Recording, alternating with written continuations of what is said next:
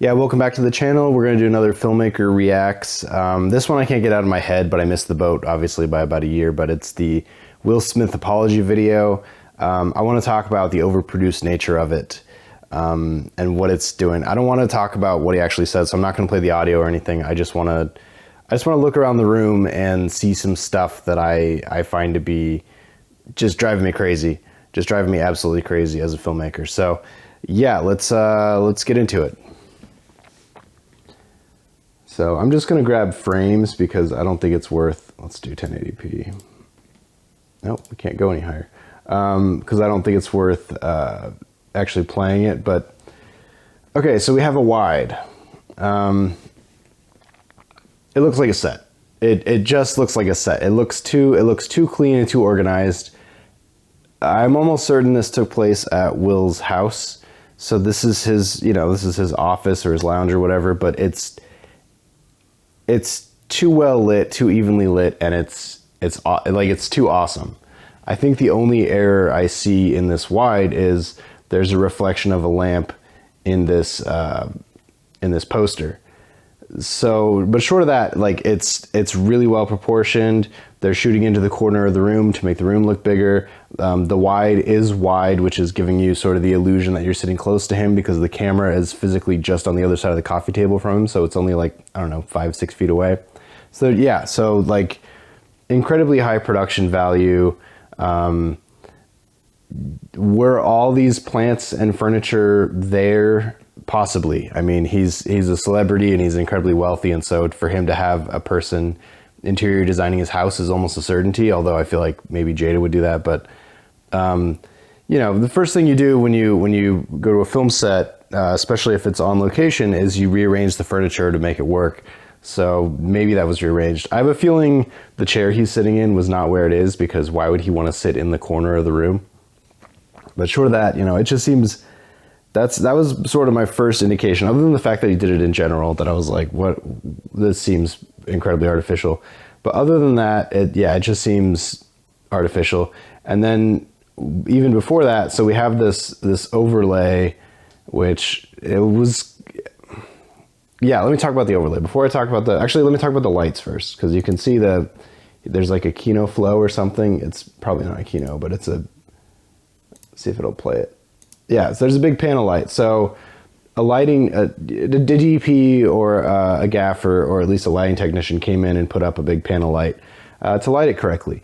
So I think that kind of gives away what he was trying to do, but it's okay. So here's the deal. I think this whole thing was meant to come off as very genuine and very contemporary. And so I think it was sort of inspired by influencers, YouTubers, people who understand how to be on camera and be real, the Casey Neistat of it all. I think that was the vibe they were going for, because it's a wide angle camera, it's a wide angle lens, which is common, but it's also it's sort of a straight to camera trying to be real situation. For a Hollywood actor, it's a little interesting, just because his career is pretending to be somebody else. So to do that is a little interesting, but it's also, like even Hollywood actors, they know how to do this because they're on Instagram and they're on, probably not Twitch, Snapchat, all that kind of stuff. So they're already doing this. A lot of them have YouTube pages or YouTube channels. So they're already doing this. Clearly he's not. His kids do. His kids are all over social media. I honestly don't know. I assume he has a huge social media thing too, but it seems to me, just based on how this is set up, that he's never a part of it, or at least he's not making creative decisions in it visually. But the giveaway of the lamp thing in the corner, this was a choice. Everything in this video was a choice. So to have him show what looks to be like a clean set, but then have the lamp, I think was him trying to pretend to be like a YouTuber, which is not him. That's what seems so incongruous. But there's also this, which is just every YouTuber apology video, and I don't know who thought that was a good idea, because when you see this show up, this is like classic YouTuber apology video that's not going to work, like a YouTuber fake apology video. It's parodied as much as it's done seriously. So the idea that somebody probably showed him a bunch of YouTuber apologies and was like, you should do this because this works, is incredibly misinformed in my opinion. Maybe it was his choice. There's always the bit is he's being genuine, he's being straight to you, so everything in this should be his choice. We know based on the fact that it's a clean set and everything that obviously he's not making creative choices, or if he is, he's making the wrong creative choices. So somebody in the pipeline thought having this overlay at the beginning be a good idea, even though the YouTube world knows that to be the first and usually largest red flag for a YouTuber apology that doesn't work. So let's go around the room though. Let's just do a straight down that he's doing straight into camera. A couple things. This isn't a good shot for that, but I will say they definitely went out of their way to light this, because if you're wearing a cap, usually you get this shadow, and so you have to be really careful about how you place the light and place the cap on your head and where you're looking so the shadow doesn't go over your eyes. He's an actor, so he knows how to find his light, but also, yes, the size, the shape of the cap, sitting the way it is with the lights at the angle that they are to hit his light and also get catch lights in his eyes. This was not an accident, it just wasn't. I will talk about the microphone in a minute, because the microphone is the thing that annoys me by far the most in this thing, which I think is the thing that most people picked up on. So basically we have a few shots. So we have the sort of like blurred him going to sit down, which is the vibe that he just decided to do this, and there was no prep. That was the whole, I'm gonna sit down, and therefore this was impromptu. Obviously nothing about this was impromptu, and it was incredibly rehearsed. And so even to give that vibe, I feel like the only way he could have made it more artificial is if he did this at the beginning, because that there was a clapperboard somewhere. And I'll talk about that in a second too. Or even if the clapperboard isn't synced, I have a feeling it's a digital synced clapperboard. And I'll talk about that in a second. So we have the walking in, we have the wide of the sit down, we have the straight on, which is kind of straight on because his shoulders are kind of facing the wrong way, which is very much interview style, and it's not YouTuber style. YouTubers, I can't do this because I realize I'm doing picture in picture. YouTubers do it straight on. That's the whole thing. So like that, I can't even do it because I'm in a wide angle lens and I'm not looking correctly. But the fact that he's so experienced and so trained to do celebrity interviews, he knows his shoulders have to face one way and his head has to face another way. Whereas YouTubers, it's the opposite, because YouTubers are actually addressing you directly. So that's a swing and a miss. But that's his straight on shot. We also have his wide shot, which is basically the same shot from the same direction, just a wide, to prove that he's a regular small person in a small room. I'm also noticing this tube light that looks like a quasar tube or a pavo tube. He doesn't own that. That's production. So that's just a way to get light on this lamp, it looks like, and maybe a little bit on the back of his head. The fact that we can't see the ceiling, and YouTubers are really good at, because they sit close with a wide angle, not only do you see a lot of the room, but you usually see the floor, and a lot of times you see the ceiling. Because we can't see the ceiling, it really very much feels like a set, even though I'm pretty sure it's just a room in his house. Might have vaulted ceilings, that would be alienating because poor people don't tend to have vaulted ceilings. But then there's a side shot too. And so this is the classic Dateline second shot. They usually do it showing the lights and showing the artifice. He's not doing that. So he's just doing a second shot. And I think that's to really hammer home his posture. But it just, again, if you're a YouTuber, you usually look into the second shot when you go to the second shot. So if I have a camera here, I throw it to the camera. He's not a YouTuber. He thinks he's on a Dateline interview, even though the vibe is supposed to be YouTuber. And so that just drives me absolutely crazy. God, I wish there was a higher resolution than 720p. I think it's because the original video was his channel or was his thing. And so I believe this is the Dateline version. No, it's the ABC 7. Okay, so this is Anyway, my point is, let me see if I can get a clean look at his shirt.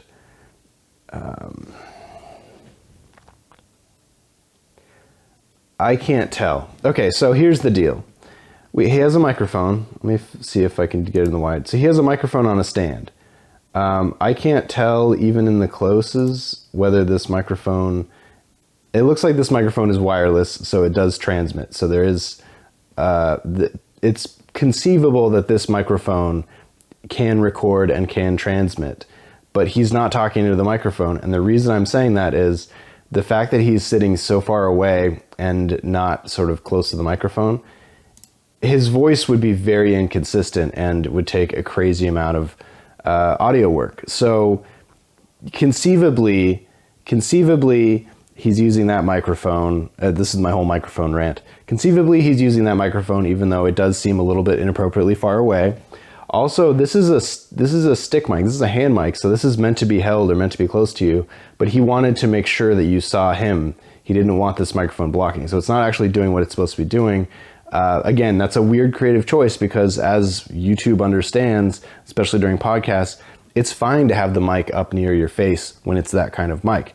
That is one of those mics. That's like a solo mic. That's like a mic you'd see on stage for like music or speeches or stuff. So it's meant to be here. But somebody made the creative choice to make it far enough away so that you could get him. Psychologically, yeah, it's nice to have a full person's face, but when you're doing the YouTuber bit, which is what I believe he's doing, to have the mic that far away is laughable and it makes no sense. I'm not convinced it's recording anything, and the reason that's true is because there's some weird creases on his very well, like this shirt is just a creasy shirt. So this is an absolutely spectacular, like well-pressed shirt, but because of the pattern, it just creases, which is great. It gives him, you know, some cinematic depth and interest. It wouldn't be just a flat shirt. So great wardrobe choice. Again, not a YouTuber thing, very much a produced film thing. But there's a weird crease here. I think this is where the lav mic is sitting, and I think this shadow could be this lav mic, but I think he has one of these kind of mics, definitely a smaller, much better one than me, either in his collar or taped to between his boobs, maybe behind his button, but based on the weird creasing right here, I think it's right here, and I think it's being run around the back and then down to a mic pack on his back. The reason I think that is because he's so far away from this mic that the audio person would have an absolute nightmare trying to keep his audios level, which is possible, and he has the money to do it. But even on set, even on location, the audio person probably would have encouraged him, hey, I can hide a lav on you, you're an actor, this happens all the time. You know, even if you have a situation where you can't really hide a lav on somebody, as long as they're wearing some piece of clothing, you can sew it into the clothing. I don't think he would let anybody sew anything into this fancy shirt that he has. I just have my vibe is his lav is right at the corner of his thing. So it's the correct distance away so you can hear it, because even if I'm just away from the lav, basically my lav is more or less where his is. His is a little bit further up this way, I guess. But like here's why I think this mic is not even on or wasn't used, even if they recorded, is as I'm talking, as I move away, it sounds completely different. Like you have to have the lav consistently in the right spot. You have to have the mic in consistently the right spot, or things sounds weird. Even if I put my hands up, things get weird because there's a weird thing. So yes, that's why I believe somebody stuffed a lav under his collar, which is the fakest thing you could do.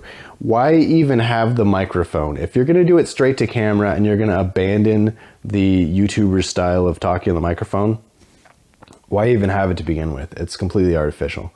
But that was the thing that annoyed me the most. So now some things that other people picked out, which I completely agree with, and it's just, you know, added to the ridiculousness of it. His son's branded water. That's ridiculous. I forget what this poster is, but again, this is something of his brand. In his own house, in an apology video to someone else, for someone else, allegedly, he has a poster representing himself. And then the most egregious one is the most ridiculous one. That's his logo on his hat. So it was, not only was it important to wear a hat, which I don't understand if you're indoors and unless you're me dealing with a bad hair day, why would he be dealing with a bad hair day on his own set? He's wearing his own logo on his hat. So he's got logos for his own stuff in his apology video, which people pointed out. Let me read his books. This person, I don't know. Those coffee table books were definitely a choice too. I can't speak to that. Also, the fact that you can read the text in the books, that's a choice. This picture is a choice. Artifice. Absolute artifice. Yeah. So the thing that annoyed me the most was the microphone, when it's all but a certainty to me that he has a lav either right there or right there. I realize now I don't think I'm recording my cursor, but that's fine. He has a lav under his collar. That's what I'm trying to get at. So ignoring what and how he said it, and you better believe this wasn't one take. And if it was one take, they could have gone with a better take. Let's be honest. Artifice, absolute total artifice. Why though?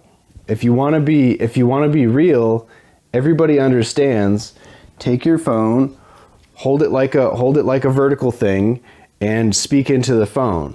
And as long as the phone's reasonably close and your hand isn't moving around enough, the mic will pick it up enough to get what you're trying to say across. And it's a wide angle lens. It's literally the way we communicate now. I've seen advertising do this lately, especially like cheapo stuff, like any of the stuff that would be advertised on like podcast or on YouTube. The actual ads are, even if they're actors, even if they're real people, they're doing it into their phone, and it's the whole, it's like it looks crappy on purpose, even if it's a real production. He just took it to a different level. He took it to like the maximum level, because I think the intention was he wanted to like leave nothing to chance, like pull out all the stops. He wanted to really sell what he was trying to do. It sounds insidious. I think he did it. I think he did it for genuine reasons. I think he sat down and said, I need this to be the most transparent, the most clean, the most direct way for me to talk about what I'm talking about. What he failed to realize is the messiness, the errors, all the hallmarks and the cliches that are being a YouTuber or being like a Snapchat person. That's where the authority comes from.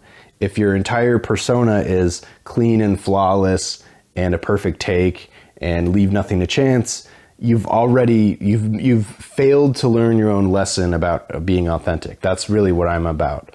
I'm really trying not to get into what he said, because I do have opinions about what he said, but again, YouTube has already addressed that in a pretty strong way. What else do I want to talk about?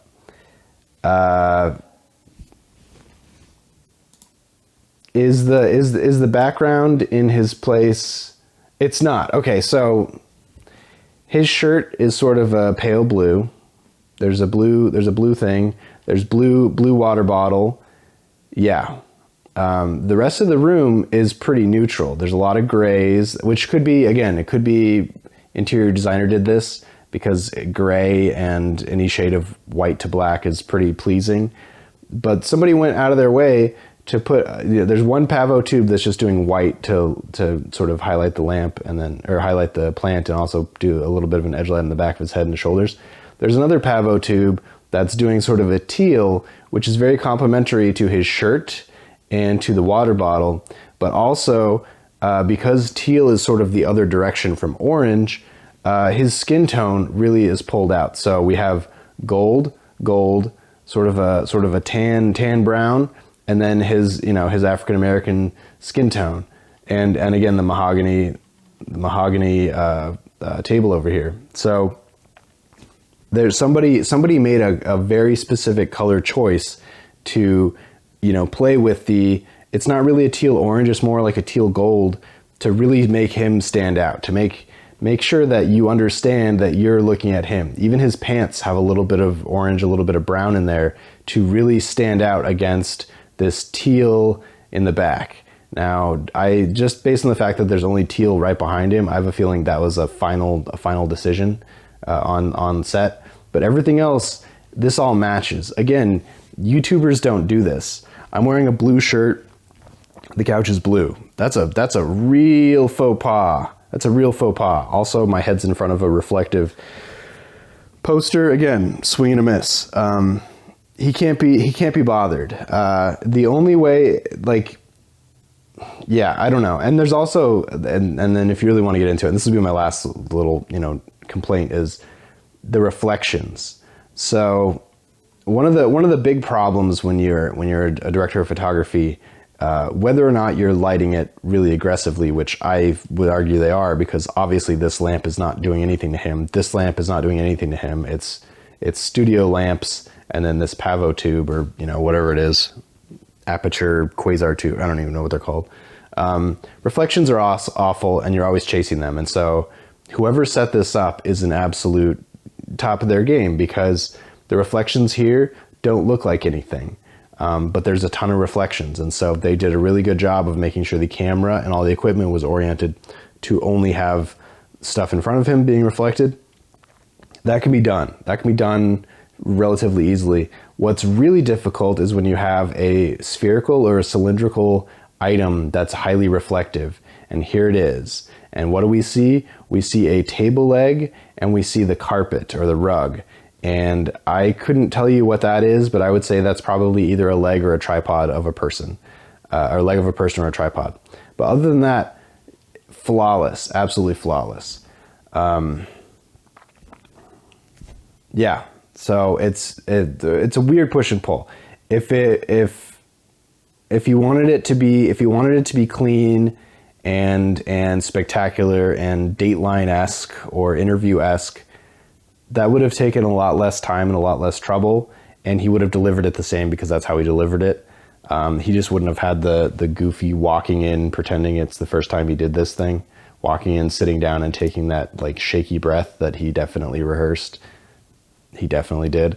If you want to do the Dateline style, do the Dateline style, and just know people are gonna take the mick out of you for doing a Dateline style, when really all you needed to do was like a regular human being apology, which, yeah. And so the other end of the spectrum is do a regular human apology, which again also missed the mark for all the reasons I've explained.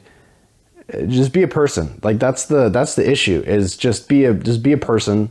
You don't need to, like, all this artifice, all this probably money spent on it makes it weirder and makes it grosser. And I could see how, if you have people around you that are telling you you need to toe the line between authentic and high production value, this is what you end up with.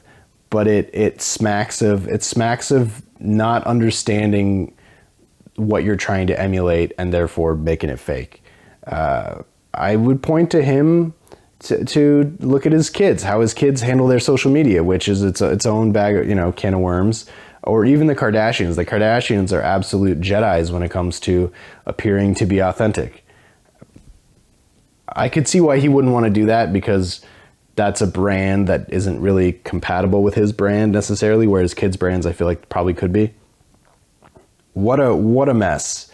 What a mess. And then the cherry on top is just what he actually said and how he said it, which the internet took and ran with, because how could you not? So, I don't know.